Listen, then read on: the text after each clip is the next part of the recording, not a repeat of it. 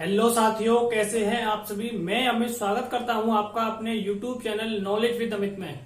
तो साथियों, आज की जो क्लास है अपनी साइंस की, ये क्लास होगी यानी चैप्टर 3 आज हम स्टार्ट करने जा रहे हैं, जिसका नाम है धातु एवं अधातु यानी कि मेटल एंड नॉन मेटल्स। यानी तीसरा जो चैप्टर है इसका नाम है धातु एवं अधातु। तो वीडियो को शुरू करने से पहले अगर आपने अभी तक हमारे चैनल को सब्सक्राइब नहीं किया है तो आप सबसे पहले हमारे चैनल को सब्सक्राइब करें और इस वीडियो को और दूसरे लोगों के पास शेयर करें। तो देखते हैं धातु और अधातु क्या होते हैं। तो अपनी जो पहली हेडिंग है इसकी, तत्वों को उनके गुण धर्मों के आधार पर धातु एवं अधातु में वर्गीकृत किया जा सकता है। यानी कि जो तत्व होते हैं यानी जो मेटल्स होते हैं तो उनको हम धातु और अधातु यानी कि धातु और अधातु यानी गुण धर्मों के आधार पर यानी कि उनके जो गुण होते हैं, भौतिक गुण, रासायनिक गुण, यानी कि इन गुण धर्मों के आधार पर वर्गीकृत किया जा सकता है। वर्गीकृत का मतलब है कि उनको अलग अलग कर सकते हैं। तो जो धातु होते हैं यानी धातु के जो उदाहरण हैं, तो अपना जो आयरन है यानी कि लोहा, तो लोहा हमारा क्या कहलाता है? धातु कहलाता है। तो आयरन का जो रासायनिक जो सूत्र होता है उसे हम कहते हैं Fe। सेकंड नंबर पे है एल्यूमिनियम, इसका जो रासायनिक सूत्र है वो है Al। तो जो धातु होते हैं तो आयरन, एल्यूमिनियम, चांदी, कॉपर, सोना, जो चांदी होती है तो Ag, कॉपर का Cu, और जो सोना होता है वो भी हमारा क्या होता है? धातु। तो यानी धातु के जो उदाहरण है वो क्या क्या है? आयरन, एल्यूमिनियम, चांदी, कॉपर। उसके बाद देखते हैं हम लोग अधातु। तो अधातु के जो उदाहरण है वो सबसे पहले अपना हाइड्रोजन, नाइट्रोजन, सल्फर और ऑक्सीजन। यानी कि जो अधातु होते हैं वो कौन कौन से हैं? हाइड्रोजन जिसका रासायनिक सूत्र है H, nitrogen N, sulphur S, oxygen O। तो यानी कि ये जो धातु होते हैं और अधातु के, तो समझ गए ना आप लोग कि धातु क्या है? तो आयरन धातु है, एल्यूमिनियम धातु है, चांदी धातु है, कॉपर धातु है। अधातु हाइड्रोजन अधातु है, नाइट्रोजन अधातु है, सल्फर अधातु है, ऑक्सीजन क्या है? ये भी अधातु है।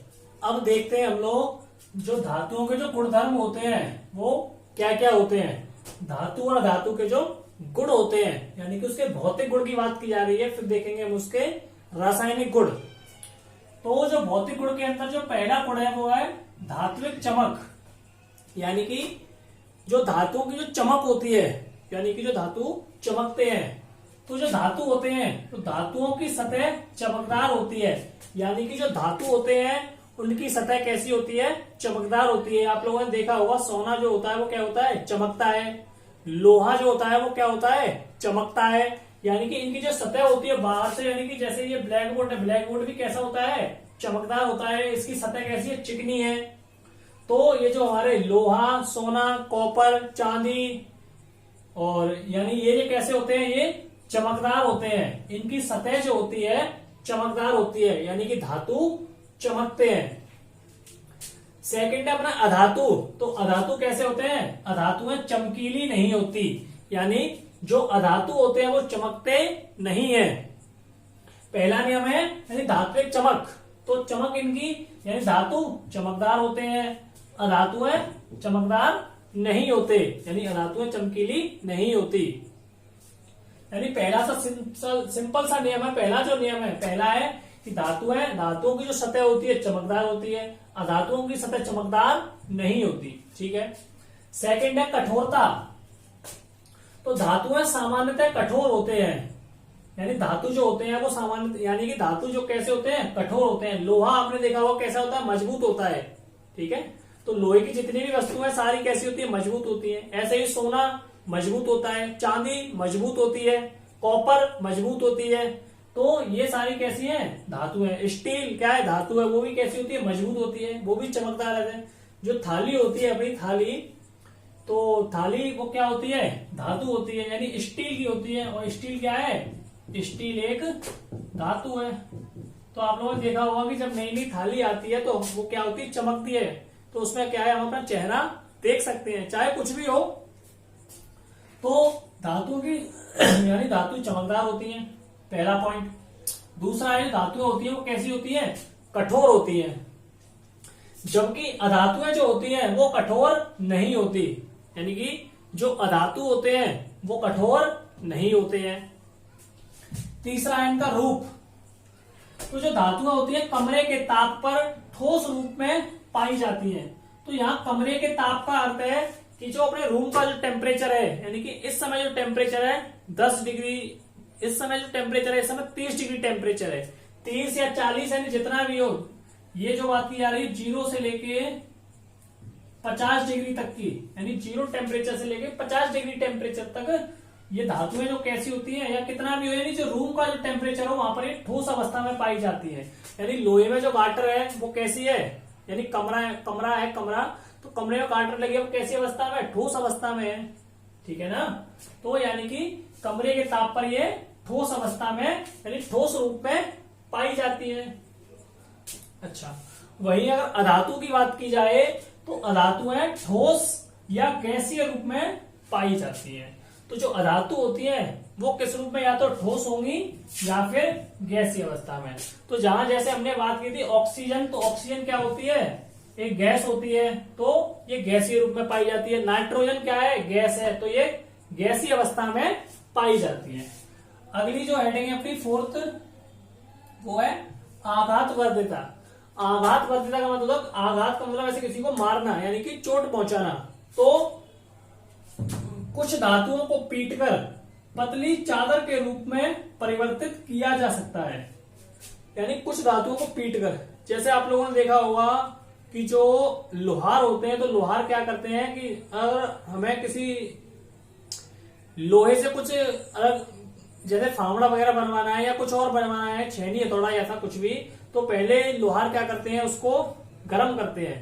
पहले आग में गर्म करते हैं, आधा घंटा, 10 मिनट, 15 मिनट या आधा घंटा जितना भी हो, कुछ टाइम के लिए उसे गर्म करते हैं। गर्म करने के बाद उसे छेनी हथौड़े से क्या करते हैं, पीटते हैं। यानी कि उसे पीट कर क्या करते हैं, चादर के रूप में परिवर्तित किया जा सकता है। यानी कि धातुओं को, या आपने देखा होगा सोने से हम कुछ भी बनवाए, अंगूठी या कुछ भी आइटम बनवाए, तो उसको क्या करते हैं, पहले उसको गर्म करते हैं, गर्म करने के बाद पीट कर उसे दूसरे रूप में हम लोग परिवर्तित कर सकते हैं। यानी कि उनका जो रूप चेंज हम कर सकते हैं। ठीक है। और जो अधातुएं होती हैं, अधातुएं आघात वर्धिता नहीं होती, यानी कि इन पर हम लोग आघात नहीं कर सकते हैं। तो ये चारों पॉइंट आप लोग समझ गए होंगे, मैं एक बार दोबारा से बता देता हूं। तो धात्विक पहला जो पॉइंट है, यानी फिजिकल गुणधर्म की बात कर रहे हैं हम लोग, तो पहला है धात्विक चमक। तो धातुओं की जो सतह होती है वो चमकदार होती है, यानी धातुएं जो होती है वो क्या होती है, चमकती है, जबकि अधातुएं चमकीली नहीं होती, यानी कि जो अधातु होती है वो चमकती नहीं है। सेकंड है कठोरता। तो धातुएं कठोर होती हैं, आप लोगों ने देखा होगा लोहा, सोना, चांदी, पीतल, ये सब क्या है, ये कठोर धातुएं हैं, इन्हें हम आसानी से नहीं मोड़ सकते हैं। ठीक है। ये अधातुएं कठोर नहीं होती, यानी जो अधातुएं होती हैं वो कठोर नहीं होती हैं। रूप यानी कमरे के ताप पर ये ठोस अवस्था में पाई जाती हैं, ये ठोस या फिर गैसीय अवस्था में पाई जाती हैं, या तो ये ठोस होंगी या फिर ये गैसीय अवस्था में, जो जैसी गैस होती है गैसीय अवस्था में पाई जाती हैं। आघात वर्धिता, तो धातुओं को हम लोग पीट कर दूसरे रूप में चेंज कर सकते हैं। यानी कि जैसा आप लोगों ने देखा होगा कि लोहार के पास हम जाए, फावड़ा या कुछ भी बनवाए तो उनका रूप चेंज हो जाता है। या सोने की अंगूठी ली हमने, क्या कि अंगूठी अगर छोटी हो गई है तो क्या करते हैं कि उसमें दूसरी अंगूठी और ये वाली अंगूठी मिला के, यानी उसको गला के उसको हम दूसरी अंगूठी बनवा सकते हैं। इस प्रकार हम उसका क्या कर सकते हैं, रूप चेंज कर सकते हैं। अधातु आघात वर्धिता नहीं होती, यानी इनको हम लोग पीट नहीं सकते हैं, या ये कहें इनका हम लोग रूप चेंज यानी रूप परिवर्तन नहीं कर सकते हैं। चलिए अब देखते हैं नेक्स्ट पॉइंट। पांचवा जो पॉइंट है वो है तन्यता। तन्यता का अर्थ क्या होता है, यानी धातुओं को पतली तार के रूप में खींचा जा सकता है। यानी कि क्या करते हैं कि धातुओं को हम लोग, यानी कि जैसे सोना है, सोना, तो सोने को पहले गर्म करके, यानी गर्म करने के बाद उसे पीट के उसका जो है पतली तार के रूप में प्रयोग हम कर सकते हैं। यानी कि आप लोगों ने देखा होगा जो एल्यूमिनियम जो होती है, एल्यूमिनियम के क्या होते हैं, तार होते हैं, ठीक है। तो जो धातुओं को हम लोग क्या कर सकते हैं, तार के रूप में खींचा जा सकता है। और जो अपना सोना जो होता है, सोना यानी कि 1 ग्राम सोने में हम 1 किलोमीटर लंबा तार बना सकते हैं उसका। यानी कि देखो सोना यानी कितना पतला होता है, 1 ग्राम सोना जो है, 1 ग्राम सोने को हम लोग उसमें से 1 ग्राम सोने में से 1 किलोमीटर लंबा तार बना सकते हैं। तो धातुएं जो होती हैं, धातुओं को पतली तार के रूप में, यानी कि धातुओं को तार के रूप में बनाया जा सकता है। अधातुएं तन्य नहीं होती, यानी अधातुओं को तार के रूप में हम लोग इस्तेमाल नहीं कर सकते, ठीक है। यानी कि पहला तन्यता का जो पॉइंट है, 5वां पॉइंट, यानी कि धातुओं को पतली तार के रूप में प्रयोग कर सकते हैं, जबकि अधातुओं के साथ ऐसा नहीं होता। 6वां पॉइंट है विद्युत व ऊष्मा के चालक। विद्युत यानी कि इनके अंदर लाइट आती है या नहीं आती है, ऊष्मा के ये सुचालक है या कुचालक है।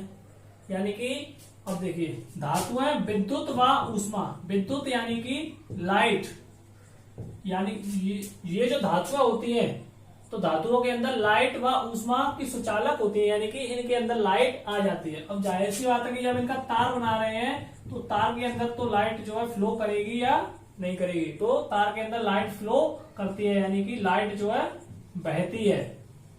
तो धातुओं के अंदर क्या होती है, यानी धातु है ऊष्मा के क्या होते हैं, ऊष्मा के सुचालक होते हैं। सुचालक का अर्थ है यानी कि इनके अंदर लाइट आ जाती है, यानी करंट आ जाता है। जबकि अधातुएं विद्युत व ऊष्मा की कैसी होती है, कुचालक होती है, यानी कि इनमें लाइट नहीं आती, इनमें लाइट नहीं आती और इनके अंदर लाइट आ जाती है। तो बस इतना सा ही तुम्हें याद रखना है, यानी ऊष्मा की सुचालक है, सुचालक का अर्थ है इनके अंदर लाइट आ जाती है, और कुचालक का अर्थ है कि इनके अंदर लाइट फ्लो नहीं करती है, यानी कि लाइट नहीं आती है। अगला पॉइंट है घनत्व।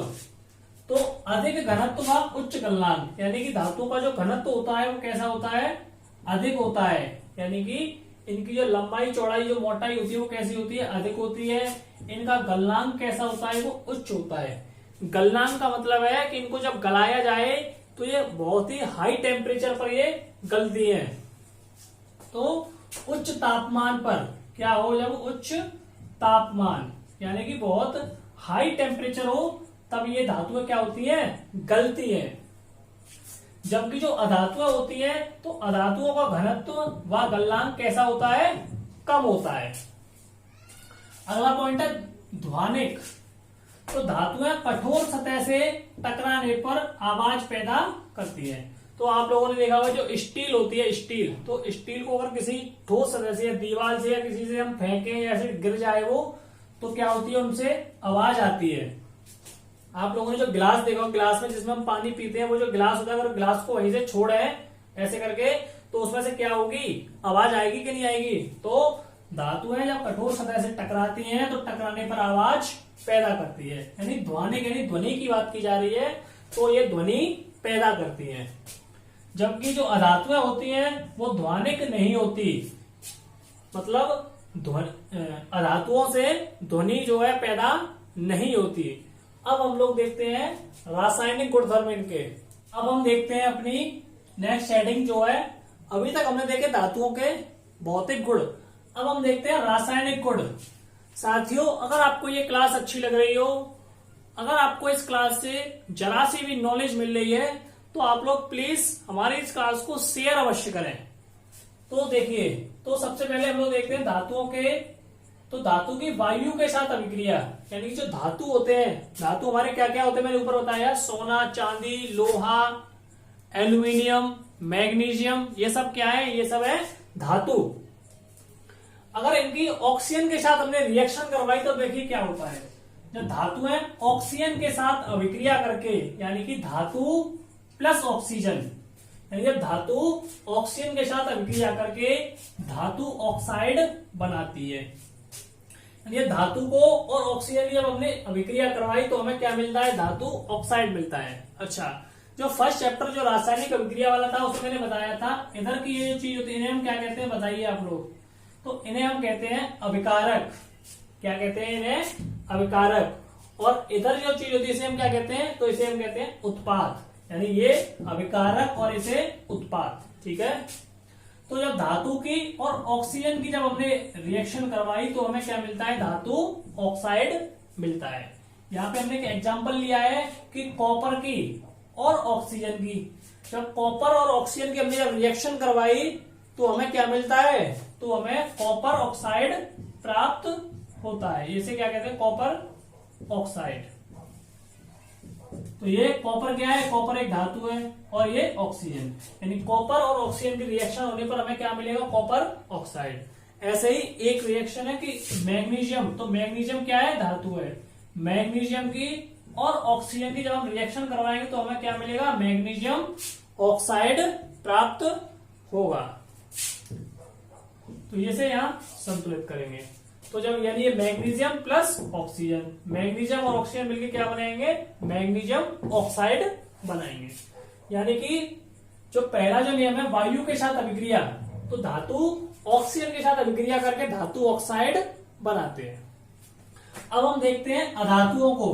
तो अधातु ऑक्सीजन के साथ अलग अलग तरह से अभिक्रिया करती है। यानी कि जो अधातु होते हैं वो ऑक्सीजन के साथ अलग अलग तरह से अभिक्रिया करते हैं। यानी कोई कुछ कर रहा है तो कोई कुछ कर रहा है। तो यहां मैंने दो एग्जांपल लिए हैं कि सोडियम और पोटेशियम, यानी सोडियम Na और पोटेशियम K। यानी सोडियम और पोटेशियम को वायु में आकस्मिक आग पकड़ लेती है। यानी कि सोडियम को और पोटेशियम को अगर हम खुले में रख देंगे या इन्हें हवा लग जाएगी, समझ रहे हो? आप लोगों ने देखा होगा पिक्चरों में कि एकदम एक वो रखा रासायनिक मतलब पाउडर सा रखा तो क्या होती है? आग पकड़ लेती है।